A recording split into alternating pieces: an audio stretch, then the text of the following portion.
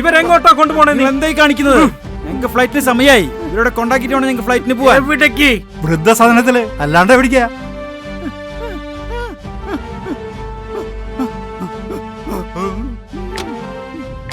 എത്ര കഷ്ടപ്പെട്ട് വളർത്തിയതാടാ നിന്റെ അച്ഛനമ്മയും. നിന്റെ സ്വഭാവം വല്ലാതെ മാറിയിരിക്കുന്നു മോഹൻ. അവരെ മുഖത്തേക്കൊന്ന് നോക്കിയടാ. എങ്ങനെ വേർപിരിക്കാൻ തോന്നിയടാ നിനക്ക്? നിന്നെയൊക്കെ ഇതല്ല ചെയ്യേണ്ടത്. എന്റെ മോനെ ഒന്നും ചെയ്യല്ലേ.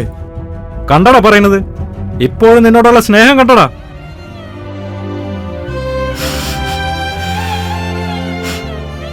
നിന്നെയൊക്കെ മോനെ ഒന്നും ചെയ്യല്ലേ. ഇങ്ങനെ എറിയവാടാ. എടാ, അച്ഛനമ്മയും എത്ര കഷ്ടപ്പെട്ടാണ് നമ്മളെ വളർത്തുന്നതെന്ന് നിനക്കറിയോ?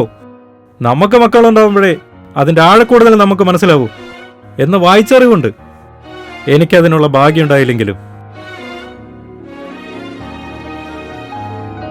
മക്കളെ, ഞങ്ങളൊക്കെ ജീവിതത്തിന്റെ സായാഹ്നത്തിലാ.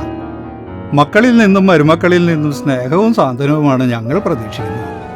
ഞങ്ങളെ ഈ പ്രായത്തിലേക്ക് എത്താൻ നിങ്ങൾക്ക് അധികം സമയം വേണ്ടി വരില്ല. ഓർക്കുന്നത് നല്ലതാണ്.